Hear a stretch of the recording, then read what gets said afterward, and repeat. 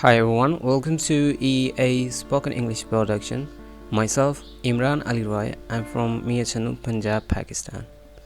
Guys, in this lecture, you are going to learn many things such as daily use, routine, sentences, and also important words, and also some words and vocabulary for the kids. In the end, I'm going to ask a question. You need to answer me also.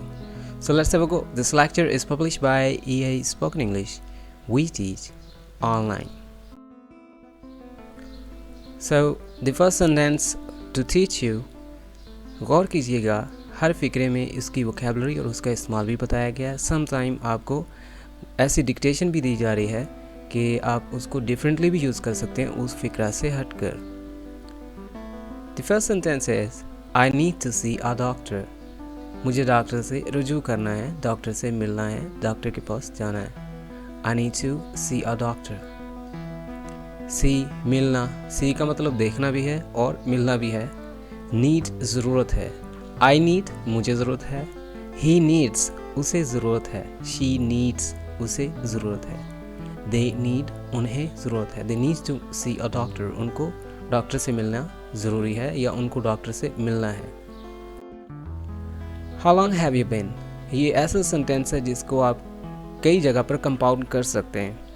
How long have you been. How long have you been.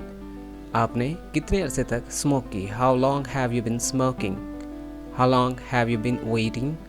आप कितनी देर से यहाँ पर इंतज़ार कर रहे हैं. How long have you been sitting here. आप यहाँ पर कितने अरसे से बैठे हुए हैं या कितनी देर से बैठे हुए हैं. एक और एग्जाम्पल है. How long have you been standing. आप कितनी देर से खड़े. How long have you been doing this job. आप ये नौकरी कितने अरसे से कर रहे हैं. Alright. How long have you been कितनी देर से.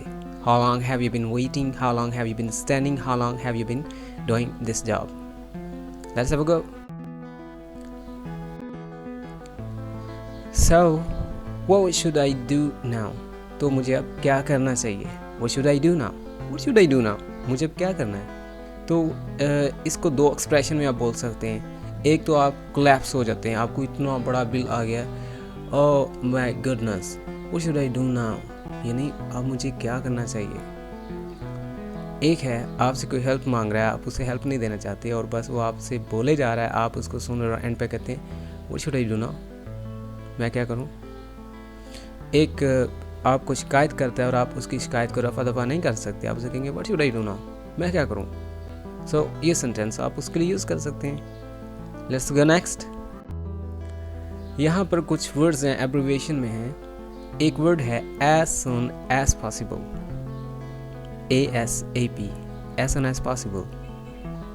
एक वर्ड है oh my god, oh my goodness, oh my gosh. OMG, oh my goodness, oh my god, oh my gosh. BTW, by the way, by the way.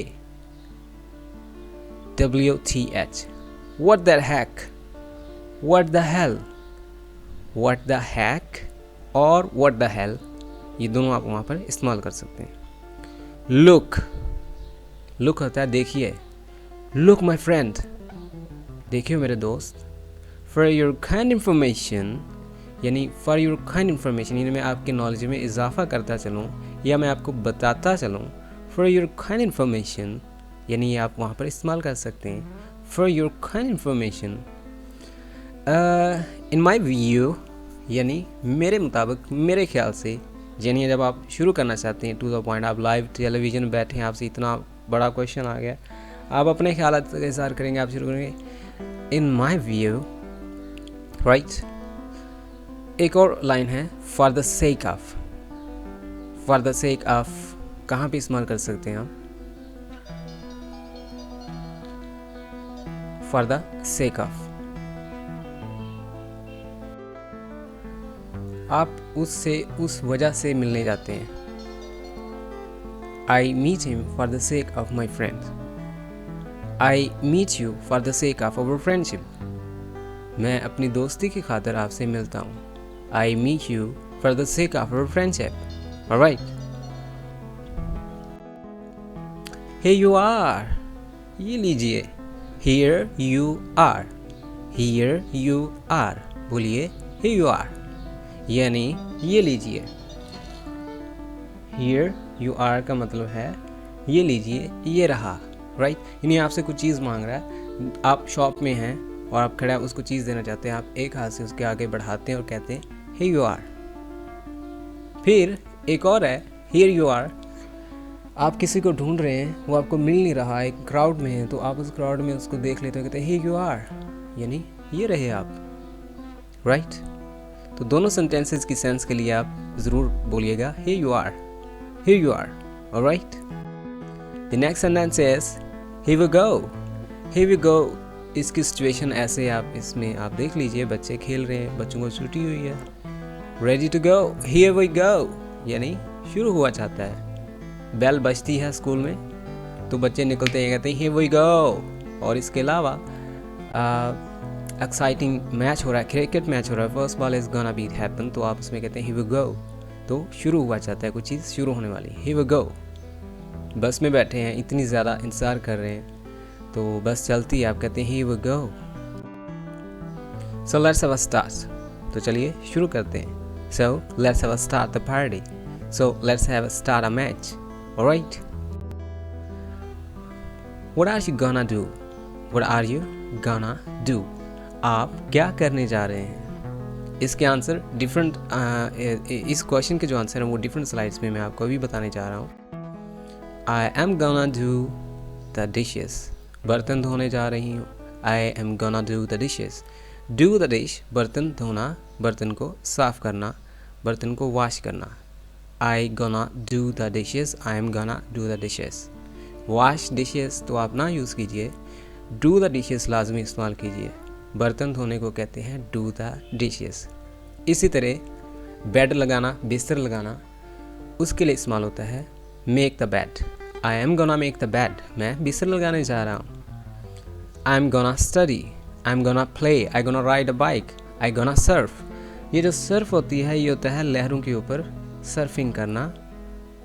उसके ऊपर तैरना तो नहीं कह सकते, उसके ऊपर चलने का एक अंदाज़ है जो एक गेम है। I am gonna surf। Alright। I am gonna shoot। I am gonna play। I am gonna play tennis। I'm gonna make the bed। I'm gonna do the dishes। I'm gonna mop।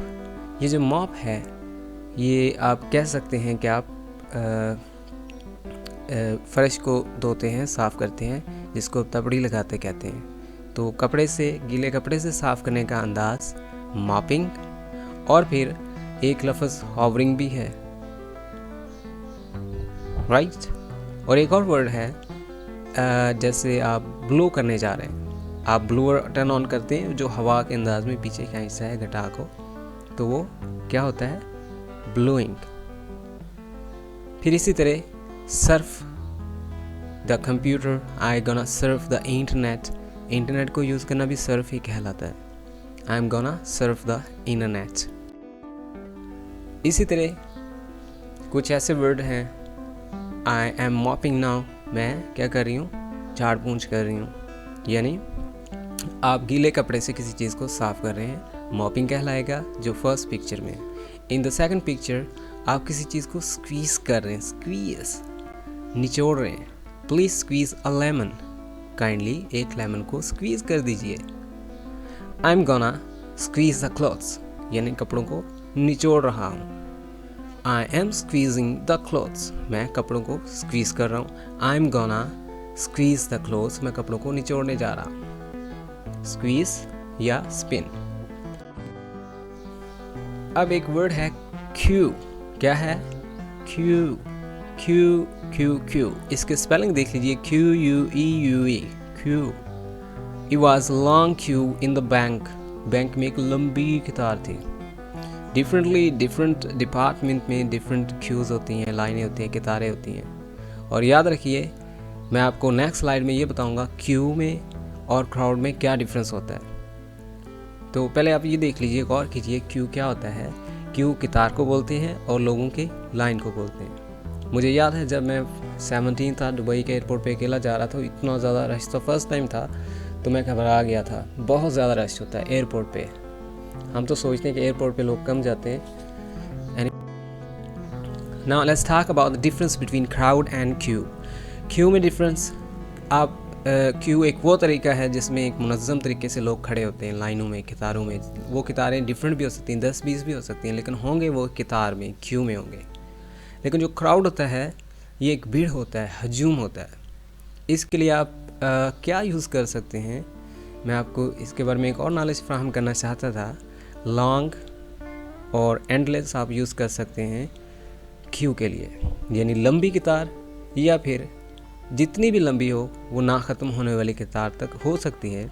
But जो huge होता है, यानी huge crowd, massive crowd, gigantic crowd, यानी आप इसके लिए use कर सकते हैं there was huge crowd in the stadium, it was massive crowd in the cricket ground, it's gigantic crowd in the cricket ground.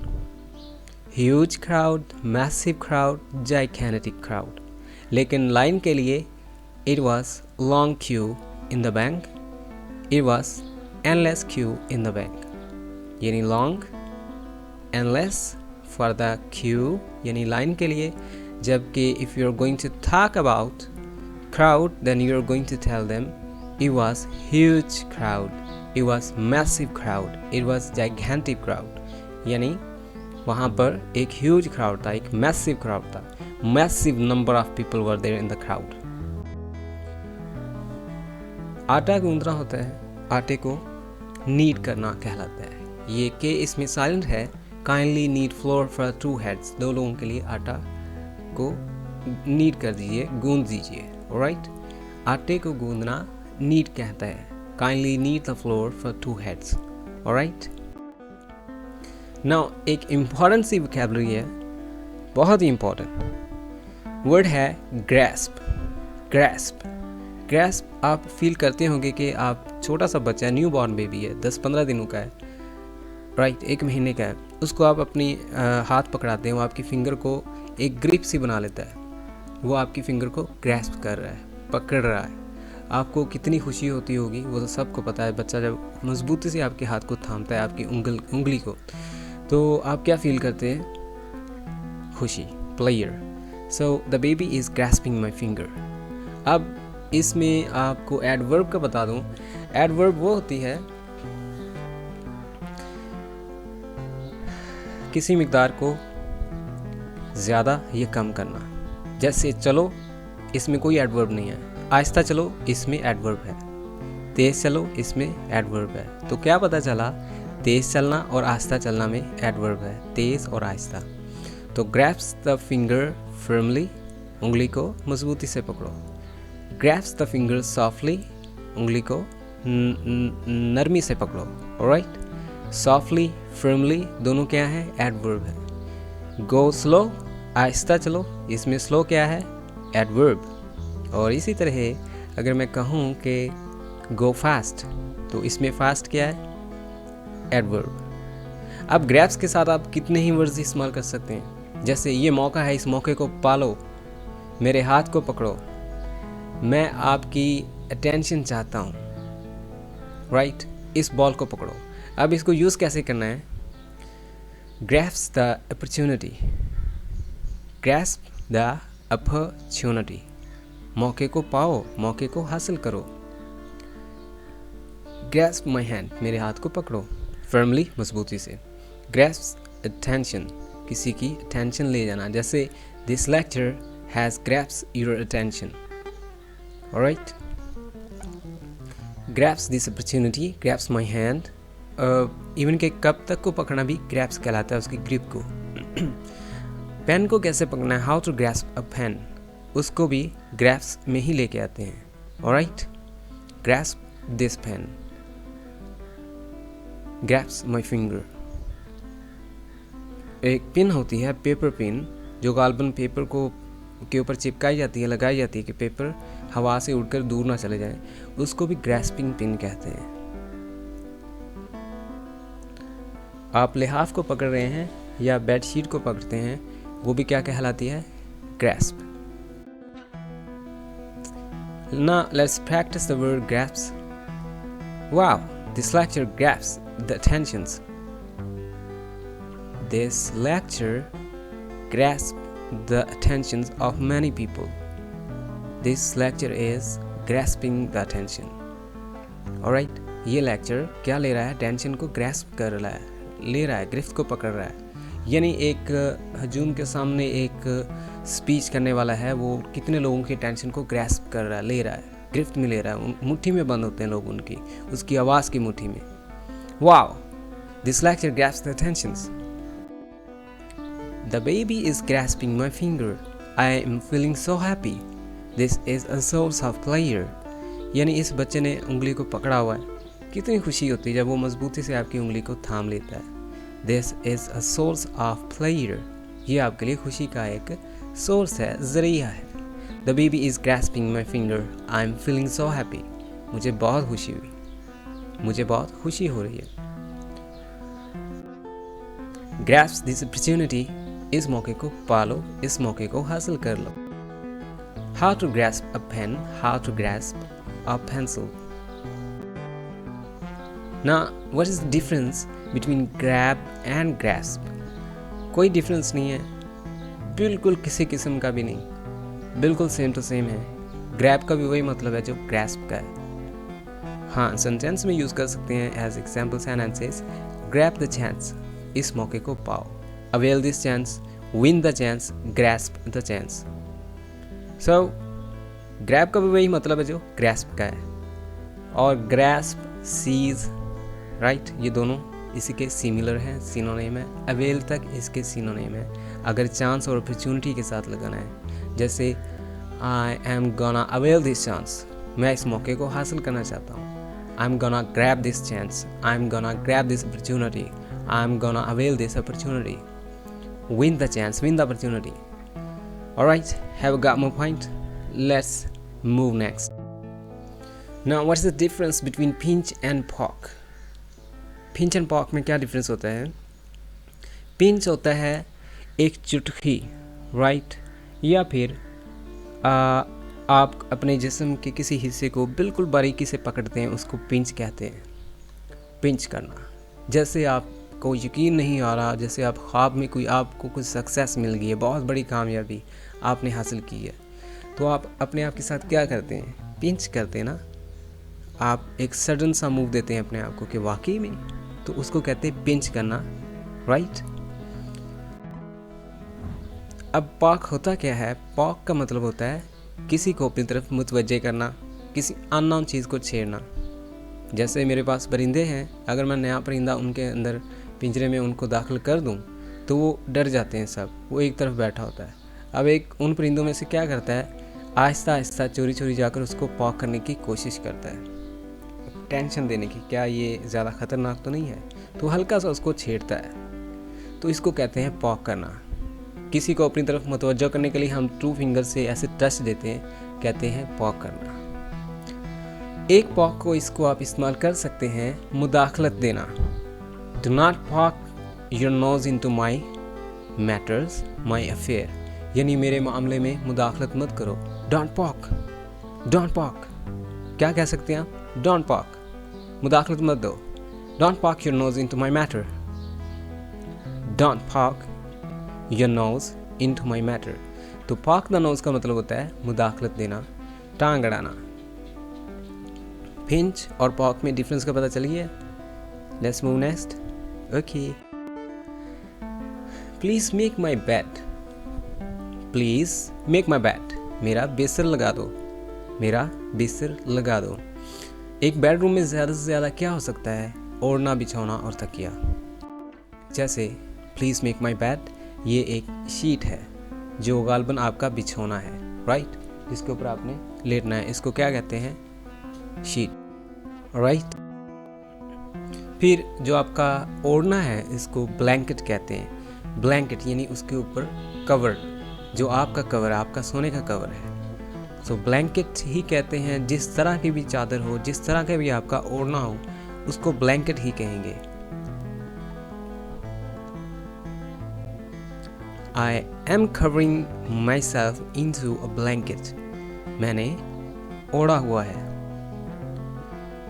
cover yourself into blanket while you're feeling cold. जब आपको सर्दी लग रही हो अपने ऊपर ओढ़ लो. Example sentences of blanket. It's going to get cold tonight, so you may need extra blankets. यानी आज सर्दी है, आपको कुछ blankets चाहिए. A blanket of fog concealed the view of harbor. अब देखें, एक ओढ़ना ही है तो हम चनाचे एक ओढ़ने की बात कर रहे हैं, तो क्यों ना हम आपको एक और इंटरेस्टिंग सी बात बता दें. A blanket of fog और a blanket of gloom. ये है fog. fog का पता ही है सबको क्या होता है. मैं उस fog की नहीं बात कर रहा जो मैं उस fog की बात कर रहा हूँ जो आपके ऊपर ओढ़ जाती है. आप उसको ओढ़ रहे होते हैं, वो पूरे शहर को घेरे में ली होती, कवर किया होता है उसने. देखिए ऊंची ऊंची बिल्डिंग्स हैं तो वहाँ पर फॉग है, तो ये कंबल की तरह है, कंबल की मानद है. इसी तरह ओवरकास्टिंग होती है आपके यहाँ, बादल छाए होते हैं, तो बादलों का भी एक ब्लैंकेट होता है, राइट. तो आपको उसने ओढ़े हुए है. Blanket of fog, blanket of gloom. जहालत का ब्लैंकेट, राइट, जहालत का लिबास. तो ये सारा कुछ आप इसमें यूज़ कर सकते हैं. Blanket of gloom, blanket of fog. अब ये जो चीज़ है इसके बारे में आपको थोड़ा सा डिफाइन करता चलूँ. आप जितने भी मॉडर्न हो जाएं, आप कभी कोशिश मत कीजिए कि जो चीज़ें ऐसे देश में बनती हैं जो उसी कंट्री के हैं तो उसी भाषा में उसको बोलना चाहिए. जैसे एक पलंग है वर्ड, पलंग को आप क्यों कोशिश करते हैं कि बेड कहो. बेड तो वही है ना, बेड का मतलब तो असल में सोना है, सोने को बेड कहते हैं, तो सोने वाली जगह को बेड. तो जो असल में वो रेडीमेड होता है जिस चीज़ का लकड़ी का बना है तो उसको पलंग कहेंगे. अगर उसके ऊपर से आप वो मैट्रेस उठा दें तो वो एक पलंग रह जाएगा, तो उसको पलंग कहेंगे. अब इसको काउच कहते हैं. 1 2 3 4 5 जो आपके सामने सोफास या इस तरह की चीज़ें, इसको कहते हैं काउच. क्या कहते हैं? काउच. सोफे को काउच बोला जाता है असल में. फिर एक बुक केस है जिसके ऊपर आप बुक्स रखते हैं. वार्डरोब, वार्डरोब में कुछ भी रखा जा सकता है, अलमारी टाइप होती है, इसमें ज़्यादा ड्रेसेस ही रखे जाते हैं. कारपेट रग जो पाँव के नीचे होता है. ये एक चारपाई है, इसको चारपाई ही कहते हैं. इब्ने इंशा ने कहा था कि चारपाई के ऊपर हमारा सोना भी है, रोना भी है, गाना भी है, सोचना भी है, बड़े बड़े फैसले करना भी है. ये 4 पाँव से बनी है. इंसान पहले 2 पाँव पर चलता था, फिर मोटर्स ने जगह ले ली 4 पाँव वाले, 4 टायरों वाले. तो जो गरीब लोग थे उन्होंने चारपाई बना ली. तो इसी पर ही मरना है, इसी पर ही सोना है.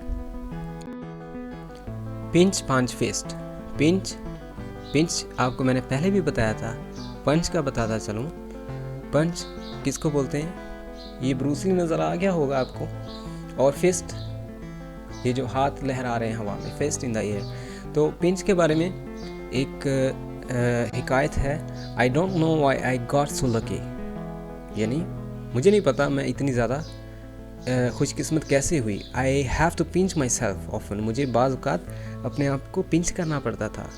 एंड से is this just a dream. क्या ये ख्वाब तो नहीं है? तो नेक्स्ट, पंच का इस्तेमाल. Take things as they are. Bruce Lee साहब कहते हैं कि चीज़ों को ऐसे लो जैसे वो हैं. Punch when you have to punch. यानी लातों को भूत बातों से नहीं मानते. Kick when you have to kick. जब उनको किक करने की ज़रूरत हो किक करें, जब पंच की ज़रूरत हो पंच करें. तो वही बात ना, लातों के भूत बातों से नहीं मानते. अब फिस्ट है, फिस्ट इन द एयर, हवा में मुक्का लहराना. एक कमेंट में मुझे एक पर्सन ने पूछा था कि इसकी इंग्लिश क्या करेंगे कि मेरा सर मत खाओ. उसने इंग्लिश में पूछा, वो क्योंकि नेट इधर का नहीं था, उर्दू या हिंदी जानने वाला. उसने पूछा, someone is telling me things which I don't want to listen to. The person is still talking without a break. वो बोलता जा रहा है वरना मैं उसको सुनना नहीं चाहता. Is there any phrase in English along the lines of say don't eat my brain or don't damage my brain or don't spoil my mood? तो इस तरह की कोई वर्ड, यानी मेरा सर मत खाओ. तो उसके लिए डेफिनेटली मुझे कुछ वर्ड रिसर्च करना पड़ा. You are ruining my day. आप मेरा दिन ख़राब कर रहे हो, या आप वहाँ पर यूज़ कर सकते हैं. बिल्कुल आसान अगर पूछना चाहें तो वो ये है, स्टॉप बगिंग मी, स्टॉप बगिंग मी, मेरा सर मत खाओ। I was in good mood before you started, यानी आपके बोलने से पहले मैं बिल्कुल अच्छे मूड में था। You are giving me headache, यानी आप मेरा सर में दर्द कर रहे हो, मेरे दिमाग की चटनी कर रहे हो। Please give me a peace of mind, right, give me a peace of mind. तो ऐसे वर्ड जिसमें आप ये कहना चाहें कि मेरा सर मत खाओ जाओ, तो पहले तो आप देखें कि आपके सामने कौन है, आप किससे बात कर रहे हैं, क्या वक्त है बात करने का, आप टेलीफोन पे हैं या आपके सामने बात हो रही है, कि आप रिटर्न में बात कर रहे हैं। तो उसके बाद आप इनको कोशिश कीजिए बोलने की, please give me a peace of mind, please give me a peace of mind. You are running my day, आप मेरा दिन तबाह कर रहे हो। You are giving me headache, आप मेरे सर के दिमाग की चटनी कर रहे हो। I was in good mood before you started, आपकी बात शुरू करने से पहले मैं अच्छा भला था। स्टॉप बगिंग मी, अपने बच्चों से आप तंग हैं, बच्चा आपको तंग कर रहा है, तो आप उसे क्या कहोगे? Please give me a peace of mind, यही कहेंगे। लेट इट गो, जाने दो। बी विद मी, मेरे साथ रहो। This is the last hope, अब यही आखिरी उम्मीद है। Rest of it is fine, बाकी सब ठीक ठाक है। Rest of it is fine, बाकी सब ठीक ठाक। Everyone is in good touch, everyone is in good touch, हर कोई ठीक ठाक है। हाय शी, वो कैसी है? She is kicking and dancing, आपसे कोई पूछ रहा है कि वो कौन है, वो कैसी है, तो आप इस तरह भी कह सकते हैं वो ठीक ठाक है, या फिर she is kicking and dancing, वो तो हंसी खुशी में, she is kicking and dancing. आखिर में एक क्वेश्चन पूछना चाहूँगा, मुझे आपका कमेंट में आंसर चाहिए। क्या आप अपने बच्चों को सैर करवाने ले जाते हैं? क्योंकि मैं आपसे इल्तिजा करना चाहता हूँ कि बजाय नाना नानी दादा दादी के घर के अलावा भी उनको और भी जगह हैं, वहाँ पर भी लेकर जाया करें। आप ज़िंदगी में एक दफ़ा एफर्ट कर दें, कहीं ज़ू में लेकर चले जाएं, उस सारे दिन के बच्चे आपको याद रखेंगे कि हम फ़लाँ दिन वहाँ पर गए थे। तो तफरी मकामात पर ज़्यादा से ज़्यादा लेकर जाएं। यानी अब तो पिज़्ज़ा हट्स वगैरह, हमारे छोटे से शहर में भी ऐसी चीज़ें हैं जो बच्चों को तफरी करवा सकती हैं। तो कोशिश करें वहाँ पर लाजमी लेकर जाएं, एक मंथ में एक दफ़ा लेकर जाएं, साल में एक दफ़ा लेकर जाएं, उनकी ज़हनी नशोनुमा बढ़े। क्या आप अपने बच्चों के साथ इंग्लिश में बात करना चाहते हैं? Do you want to talk with your children in English language? और क्या आप स्कूल की भारी फीस से बचना चाहते हो? I need answer and then I will tell you in next lecture what should you do. That's all for now. Thanks for being with EA.